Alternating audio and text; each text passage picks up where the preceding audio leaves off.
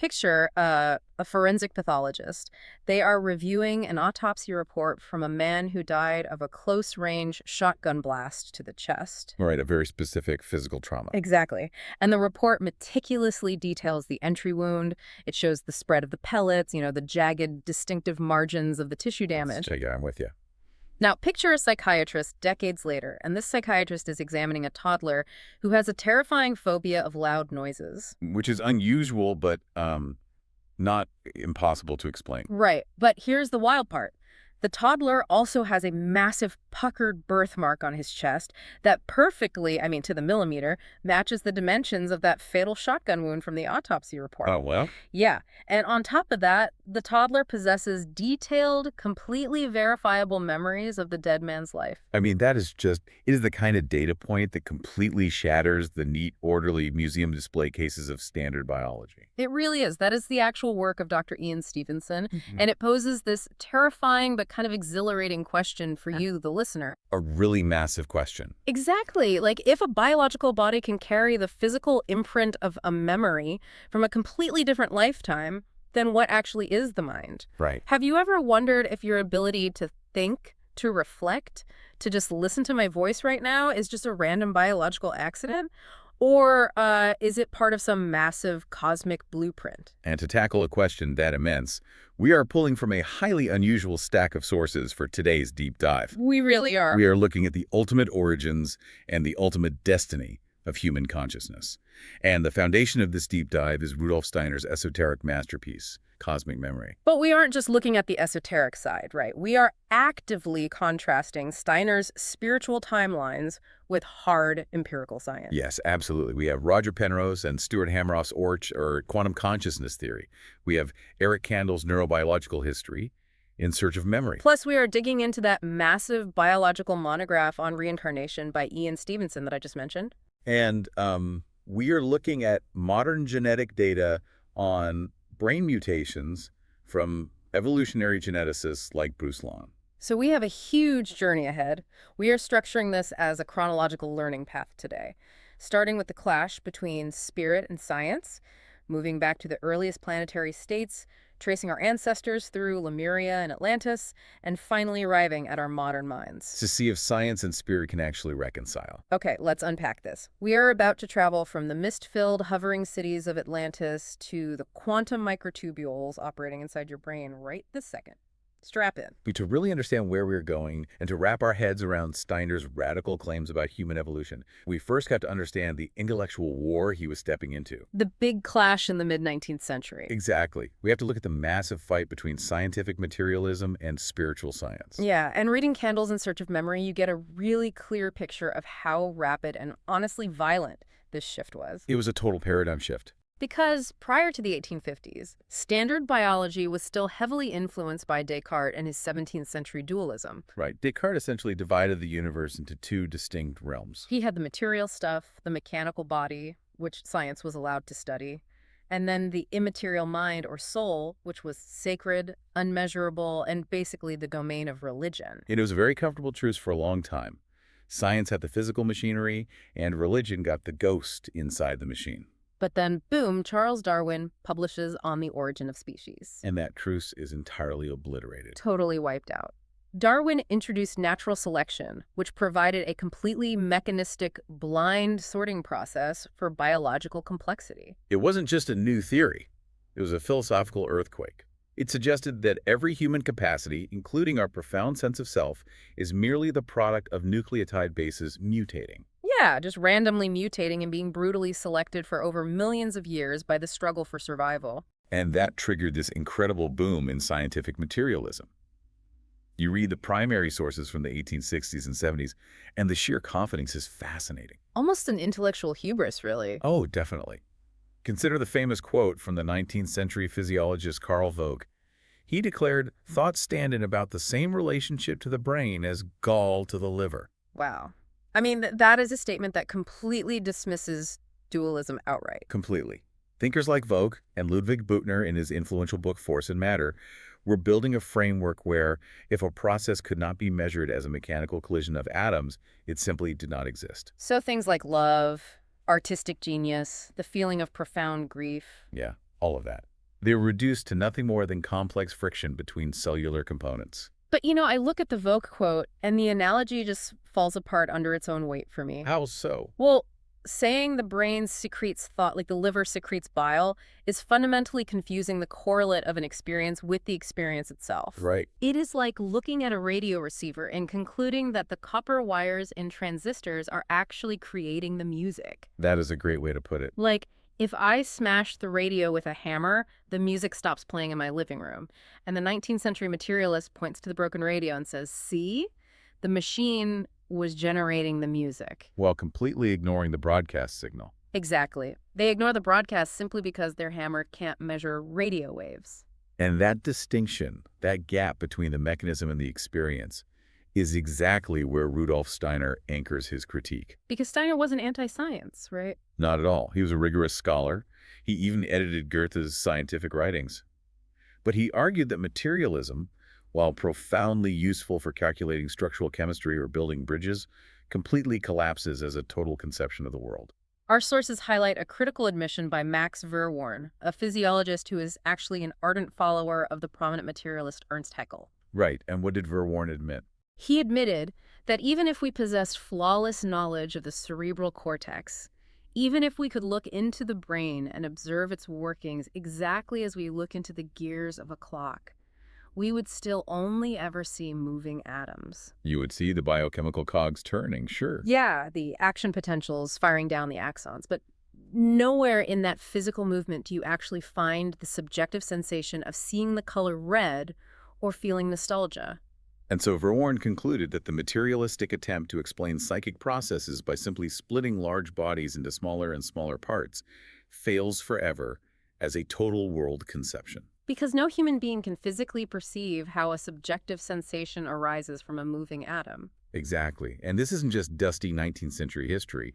This tension defines how we view ourselves right now. It really does. I mean, think about it. When you look in the mirror, do you view your internal life as a computational illusion, the way modern philosophers like Daniel Dennett argue? Or is there an immaterial reality to your consciousness? If we stick with the radio analogy, the great crisis of modern science is that we only have tools to measure the radio. How do we prove the broadcast exists? And that structural limitation of standard science is precisely why Rudolf Steiner abandoned standard historical methods for his research. He had to find a new way to measure the unmeasurable. Right. He realized that if you are trying to measure the spiritual evolution of humanity, you cannot rely on archaeology or paleontology. Because standard history relies entirely on external, perishable physical evidence. Pottery shards, fossilized femurs, carbon dating. And Steiner points out the devastating flaw in that approach. Time destroys what originates in time. Relying on physical artifacts means your understanding of human history is entirely hostage to whatever happened to survive the elements. It is an inherently fragmented, incomplete narrative. So Steiner introduces his methodology. He claims to access what esoteric traditions call the Akasha Chronicle. Okay, explain what that is for someone who has never heard the term.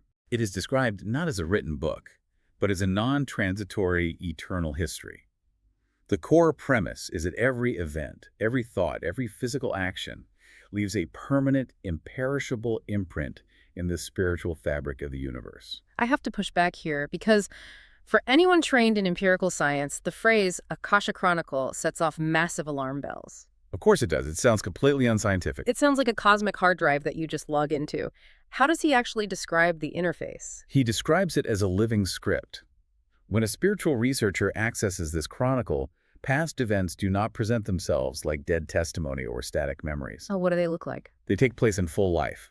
The researcher witnesses the past event unfolding dynamically as if they are phenomenologically present in that moment. But the cognitive barrier to achieving that state sounds monumental. The text notes that true spiritual science requires an extreme renunciation of the standard intellect. Yes, a complete silencing of normal thought processes. You have to silence your speculative reasoning, your logical combinations, your deductions, which, to a modern mind, sounds completely counterintuitive. You have to stop thinking in order to learn. Well, it is counterintuitive if we equate all cognition with deductive logic. But what Steiner is describing is a transition from deductive reasoning to pure phenomenological observation. Okay, unpack that a bit. If you are constantly trying to logically deduce what should have happened in the past based on your modern earthly prejudices, You blind yourself to the reality of the spiritual facts presenting themselves. You just project your own biases onto the past. Exactly. You must achieve a higher state of seeing, much like a master botanist observes a plant. They don't impose a preconceived theory onto the leaf structure. They just let the form of the leaf reveal its own underlying biological laws. The sources go into fascinating detail about the physical correlate of this higher seeing, too. They describe the seer brain. Oh, this part is wild. It really is. In ordinary human consciousness, the physical particles of the brain and nervous system maintain a definite, firm structural relation to one another. They are locked in place. Right. But according to Steiner, during the course of higher clairvoyant development, this ordinary structural connection is actually dissolved. The brain molecules actually loosen. The text uses the analogy of an ant colony.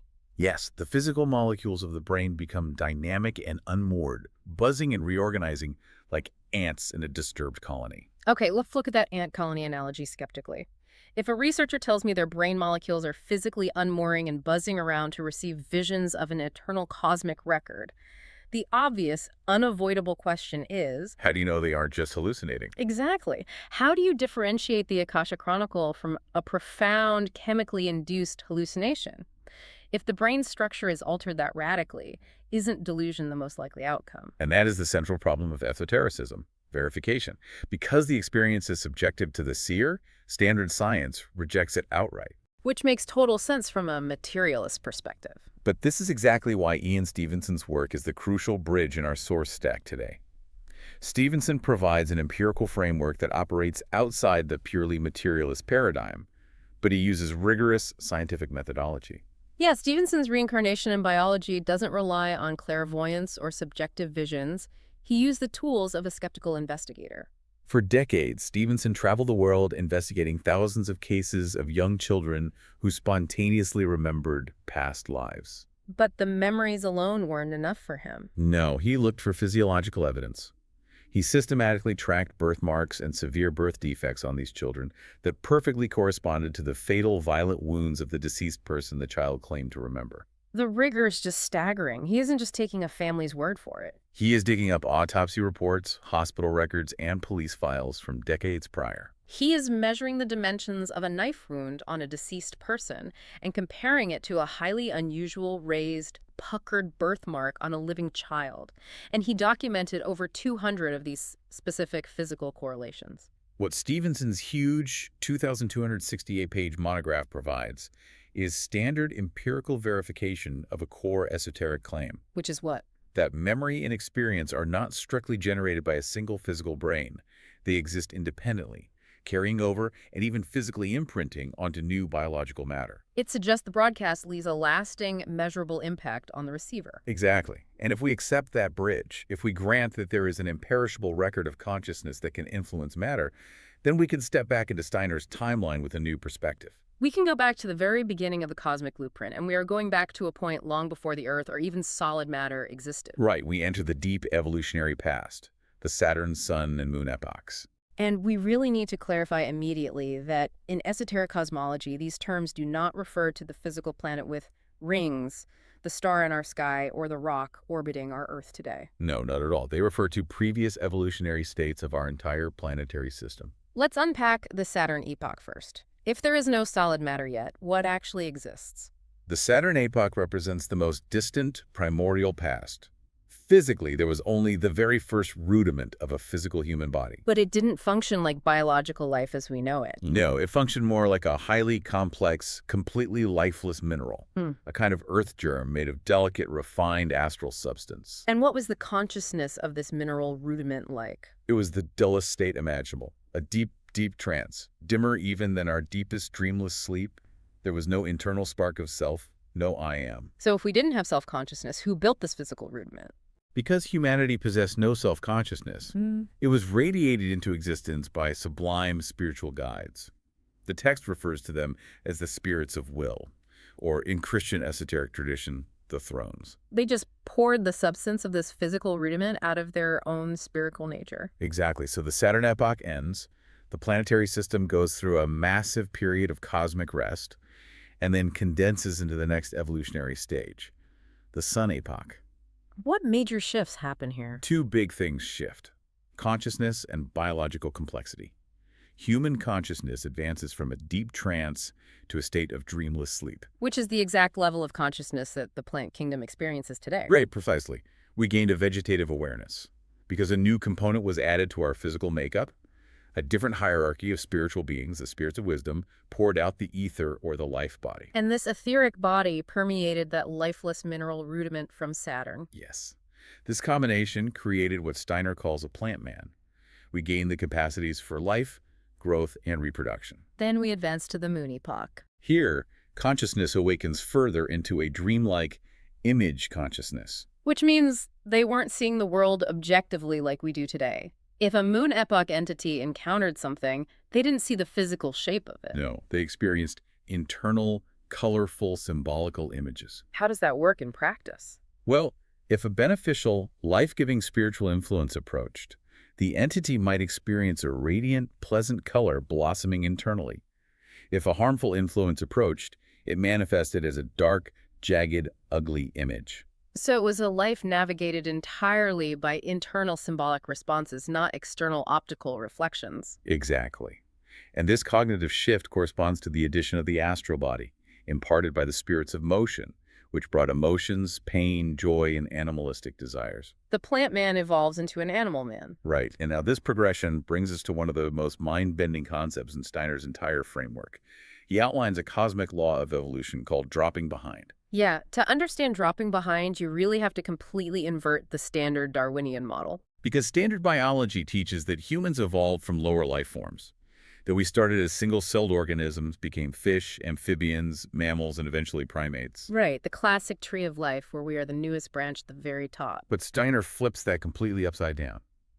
He argues that the human lineage is the oldest, the main trunk of the tree. Okay, so how do we explain all the other animals and plants? Well, in order for humanity to advance to each new epoch, it had to shed or leave behind a portion of its companions who were not ready to absorb the new, refined spiritual forces. So when we advance from the mineral state of Saturn to the plant state of the Sun epoch, the advancing human lineage had to thrust a portion of the forms back. Yes, and the forms that were left behind at the Sun stage stabilized and eventually became the modern plant realm. That is just incredible. And when we advanced on the moon to gain the astral body of emotions, another massive portion of biological forms was thrust back. And those forms became the ancestors of the modern animal realm. In this esoteric ecology, plants and animals are not our ancestors. No, they are the evolutionary offshoots, the densified byproducts that we shed along the way, so our physical form could remain refined enough to eventually host a self-conscious spirit. It is a staggering top-down ecology. We didn't evolve from animals. Animals are the biological baggage we drop to keep ascending. Which is such a provocative way to view the natural world. It really is.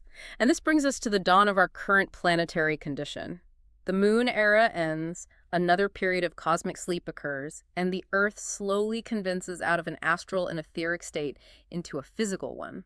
Ushering in the Lemurian epoch. Let's set the scene for Lemuria.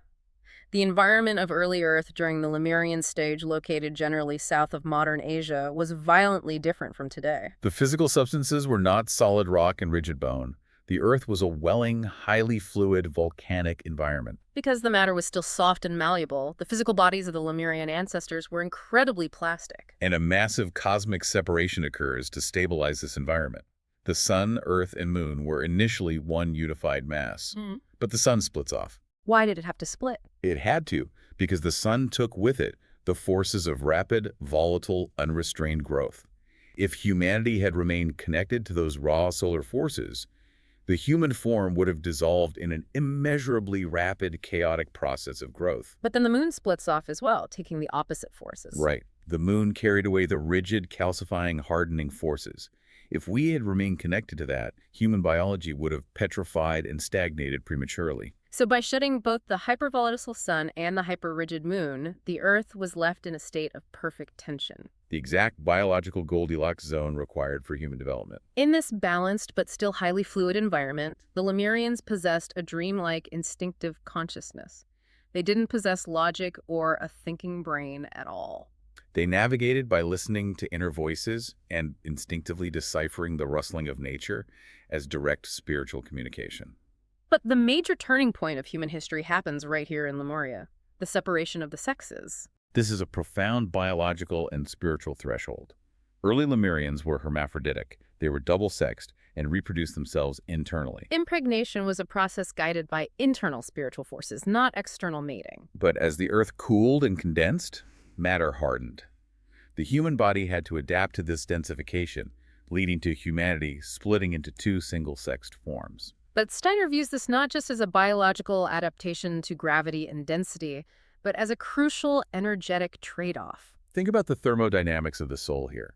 Before the separation, an individual human employed all of their available soul energy outwardly to reproduce themselves, to build a completely new biological body. But once the sexes separated, an individual could no longer reproduce independently. Exactly.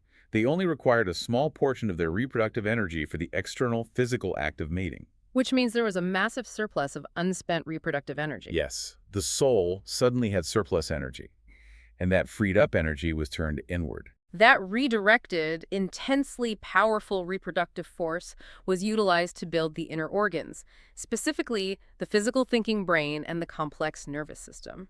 The implication here is wild. The cognitive power you are using right now to analyze this conversation was literally bought and paid for by the biological separation of the sexes. We traded independent physical reproduction for the capacity to have an independent thought. Mankind became a creature endowed with a physical mechanism for spirit.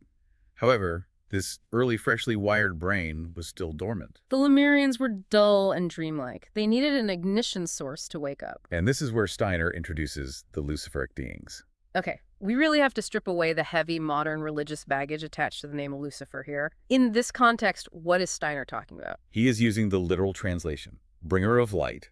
These were half-superhuman beings who, during earlier cosmic cycles, had not fully descended into physical bodies. They were evolutionarily ahead of humanity, but not quite as advanced as the highest spiritual guides who directed physical reproduction.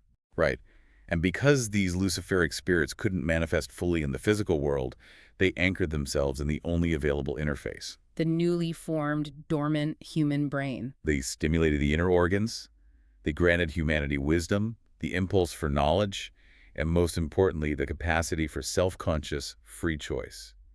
They ignited the spark of I Am. But that spark had a dark side. By gaining independence, humanity became entangled in the sensory world. We began to act based on the enticements of our own localized conceptions and personal desires, rather than acting purely out of universal divine instinct. It was the birth of freedom, which inherently meant the birth of selfishness. With a rudimentary thinking brain now established, and the Earth's surface continuing to cool and harden, humanity migrates into its next epoch.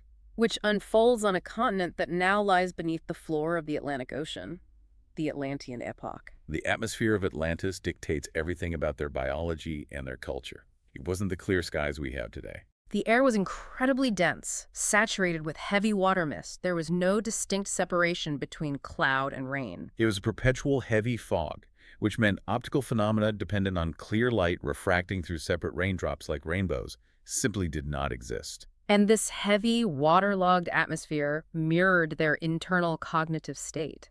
The Atlantean mind was completely alien to us. They had absolutely no capacity for logical reason. They could not calculate. If I try to imagine a society without logic, it just seems impossible. A basic mathematical rule like 3 times 4 equals 12 was incomprehensible to them. They couldn't deduce a principle and apply it to an unseen future scenario. So how do they survive, let alone build a complex society? They survived through a supreme, highly developed capacity for memory. Education in Atlantis wasn't about teaching abstract rules. It consisted of showing a child vivid, potent images. So when an Atlantean faced a dangerous or complex situation, they didn't reason their way out of it. No, they relied on pure pattern recognition. They recalled a vivid image of a similar situation from the past and instinctually repeated the exact sequence of actions that had worked before. But here's the paradox that makes Atlantis so fascinating. Despite lacking foundational logic, they possessed unbelievable technological mastery. They controlled the life force itself. Because their minds were not trapped in abstract logic, they maintained a deep instinctual communion with the etheric forces of nature. Consider how we generate power today. We use dead energy.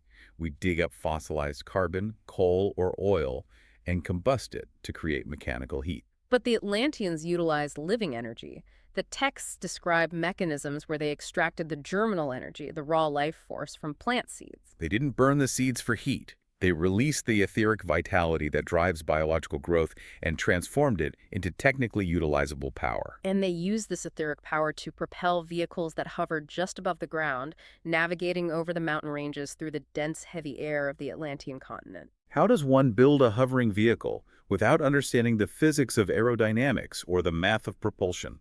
It implies a kind of organic biological engineering that we cannot fathom today because our brains are fundamentally hardwired for mechanical logic. They were directing the etheric laws of nature the way an animal instinctually knows how to build a complex nest without a blueprint. But a society built purely on memory and the instinctual mastery of power inevitably encounters a fatal flaw. Memory breeds ambition. How exactly does remembering lead to the destruction of a civilization? When you constantly recall your past deeds, you begin to demand recognition for them. In the earlier Atlantean subraces, this manifested as intense ancestor worship and the chronicling of great deeds. But by the time of the third subrace, the Toltecs, this localized memory formed the basis of kingship and absolute state power. The leaders were initiated priest-kings who wielded enormous etheric power based on their lineage. And absolute power, especially biological magic, corrupts absolutely. It's exactly the trajectory. By the fourth subrace, the primal Terranians, the mastery over the life forces was completely hijacked by egotism. They began using these incredible natural powers not for the common good, but to satisfy selfish, destructive desires. Steiner notes that when etheric life forces are manipulated selfishly, they trigger a devastating reciprocal effect in nature. Humanity was literally tearing the environment apart through the misuse of biological magic. Mutual annihilation was guaranteed unless a massive evolutionary break was applied. And that evolutionary break was the birth of logic.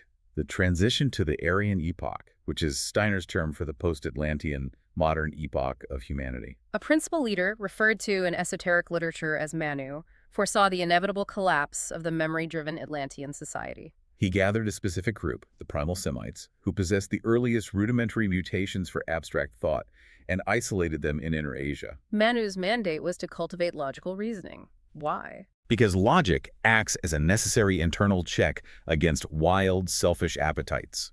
In Atlantis, if you desired something, you simply unleashed the life force to acquire it. Thought introduces a cognitive pause. It forces the mind to ask, does this action make sense? What are the consequences? Intelligence replaced raw, unmediated appetite. But the cost of this logic was staggering. By rewiring the brain for internal combination and deduction, humanity completely severed its magical, instinctual connection to the etheric life force. We could no longer hear the plants or extract their germinal energy. We traded biological magic for mechanical engineering. Because we could no longer manipulate living forces, we had to pivot to manipulating lifeless mineral forces. Fire, mechanics, the wheel, and eventually the combustion engine. This cognitive rewiring also radically changed how humanity related to the divine. Manu issued a new paradigm. Previously, humans followed visible divine messengers, priest kings who performed undeniable etheric miracles. Now, Manu commanded that humans must use their own free will and their invisible thoughts to align with invisible divine laws. It is the foundation of modern philosophy and modern religion, the veneration of the unseen through the exercise of free will. What is truly remarkable is how modern genetic data provides a physical footprint for this exact transition. Let's look at Bruce Lahn's research from the University of Chicago. Yes, the genetic correlations here are fascinating. He investigated the mutations of two specific genes, ASPM and microcephalin, or MCPH1. And these genes are critical regulators of neurogenesis. Specifically, they determine the orientation of spindle fibers during the division of neural progenitor cells in the cerebral cortex, which directly dictates brain size and complex cognitive capacity. Lahn discovered that massive selective sweep mutations of these genes perfectly coincide with the exact cultural explosions we associate with the end of the Atlantean mind. The MCPH1 variant swept through the human population about 37,000 years ago, mapping directly to the sudden explosion of complex art, symbolism, and tool-making in Europe. and the ASPM variant mutated roughly 5,800 years ago, matching the sudden rise of complex cities, written language, and advanced agriculture in the Middle East. The parallel is just stunning. Esotericism claims a profound spiritual impulse reorganized human cognition to focus on logic and abstract symbols. And modern evolutionary genetics reveals sudden, massive selective sweeps in brain-regulating genes at the exact moments human culture erupts into structural logic and written language. But this evolutionary triumph of logic leaves the modern human in a deeply fragmented state. By gaining pure rationality, we lost direct participation with nature. The sources reference Immanuel Kant's philosophical framework to illustrate this. The Enlightenment finalized the fragmentation of the human psyche. We separated pure reason, which is science, practical reason, which is morality, and aesthetics, which is art, into isolated silos. The modern individual feels completely disconnected from the universe, locked inside the dark theater of their own skull. Which brings us to the ultimate synthesis of this deep dive. How do we reconcile the materialist worldview that gave us our modern technological supremacy with the profound spiritual origins that built our consciousness in the first place? Can we heal the Kantian fragmentation? To answer that, we have to look at the hardest science in our stack, the Ochoa theory of consciousness, developed by Nobel laureate physicist Sir Roger Penrose and anesthesiologist Dr. Stuart Hameroff. Their paper outlines three fundamental views of how consciousness relates to the universe. View A is the standard materialist view we discussed earlier with Carl Vogt. Consciousness is an emergent illusion. The universe is dead, but eventually biological molecules bumped into each other enough to form complex computers, and consciousness emerged as a byproduct. It has no intrinsic meaning in the fabric of reality. View B is the traditional dualist view. Consciousness exists completely separate from physical laws. It is the realm of the divine, utterly inaccessible to the tools of physics. But Penrose and Hameroff propose view C, orchestrated objective reduction. This theory argues that consciousness is neither an accident nor an immaterial ghost. They propose that discrete physical events in quantum mechanics, specifically moments when a quantum superposition collapses into a definite state, an event they call objective reduction, have always existed in the universe. Yes, as fundamental, non-cognitive, proto-conscious moments of experience. This means primitive, fragmented moments of experience are woven directly into the very geometry of space-time. Exactly. The universe has a built-in capacity for experience. But in the void of space, these quantum collapses are random and lack meaning. So what did biological evolution actually do? It didn't create consciousness out of dead matter. It slowly built a physical architecture capable of capturing and orchestrating these pre-existing quantum events into unified, meaningful cognitive awareness. And the physical architecture they identify are microtubules, these microscopic cylindrical protein structures inside our brain neurons. They argue microtubules are perfectly scaled to isolate quantum superpositions from environmental noise, holding them in a delicate state until they reach a threshold and collapse, generating a moment of conscious experience. Now, compare the deep mechanics of this cutting-edge quantum physics theory with Rudolf Steiner's esoteric cosmology. The parallels are undeniable. Steiner states that the universe is fundamentally built by conscious spiritual entities, and that over vast epochs, Saturn, Sun, Moon humanity slowly developed a physical, etheric, and astral architecture capable of hosting that consciousness. Or states the universe holds proto-consciousness, and biology spent billions of years evolving microtubules to capture it. Steiner states the cosmos is pure spiritual consciousness, and we spent cosmic epochs refining a biological vessel to house it. Modern quantum physicists and esoteric researchers are literally digging the same tunnel from opposite sides of the mountain. Recognizing this profound unity is the mechanism for healing the modern fragmented mind. The sources point out that ancient esoteric practices were entirely designed around this reunification. The word yoga originates from the Sanskrit root meaning to yoke or to unite. Masonic memory palaces, deep meditation, these aren't just relaxation techniques. They are deliberate attempts to bypass the isolating filter of pure mechanical rationality. They are methodologies to regain direct, unmediated access to the underlying reality, to reconnect the isolated logical I back to the cosmic blueprint. So how do you, sitting here, participate in this evolution? You do it by engaging in exactly the kind of active critical thinking we are practicing right now. The text uses Albert Einstein as the ultimate example. Einstein didn't just passively accept the Newtonian grid of the universe. He engaged in active thought experiments. He asked, what would I experience if I rode alongside a beam of light? He dared to entertain an absurd premise. And by doing so, he shattered the materialist view of fixed time and space. We have to apply that same act of courage to our own minds. We have to ask, what if the materialist view of the brain is only half the equation? What if the Akasha Chronicle is a phenomenological reality? We simply haven't evolved the sensory organs to measure yet. By actively holding these multiple viewpoints, by refusing to be locked entirely into either cold materialism or ungrounded mysticism, you build a new cognitive framework that is universally objective yet spiritually profound. Think about the massive trajectory we have traced today. We began as a lifeless mineral rudiment in the deep trance of the Saturn epoch. We absorbed the etheric life force on the sun, gaining the vegetative sleep of plants. We acquired the astral body of raw emotion and dream images on the moon. We watched the Earth condense, the sexes separate in Lemuria to fund the energy for our thinking brains, and witnessed the tragic fall of the memory-bound, magic-wielding Atlanteans. We saw Manu mandate the harsh transition to logical reasoning, trading our biological mastery over nature for the mechanical intellect that built our modern world. A transition mirrored in the very mutations of our neurogenetic code and theorized in the quantum collapses within our microtubules. It is a profound ledger of evolutionary trade-offs. The sacrifices required to gain a self-conscious mind. But the most thrilling aspect of Steiner's vision is that the evolutionary blueprint is not finished. We are currently in the Earth epoch, the era of objective consciousness, where we are trapped behind our eyes, perceiving a fixed external reality. But esoteric cosmology outlines future planetary epochs waiting for us, the epochs of Jupiter, Venus, and Vulcan. In those distant evolutionary stages, humanity will develop what is called self-conscious image consciousness. We will not simply passively perceive the physical world. Just as the spiritual entities of the Saturn epoch radiated our physical rudiments out of their own substance, humanity will evolve the capacity to project and create reality directly from our own souls. We will weave the external world out of our conscious thoughts, ultimately transcending the perishable physical body entirely. We transition from being the created to being the creators. It is a staggering, terrifying, beautiful destiny. So something for you to mull over the next time you have a random thought, or the next time you feel like your mind is just a meaningless accident of chemistry. What universe are you preparing to build? Thank you for taking this deep dive into the cosmic memory of human evolution with us.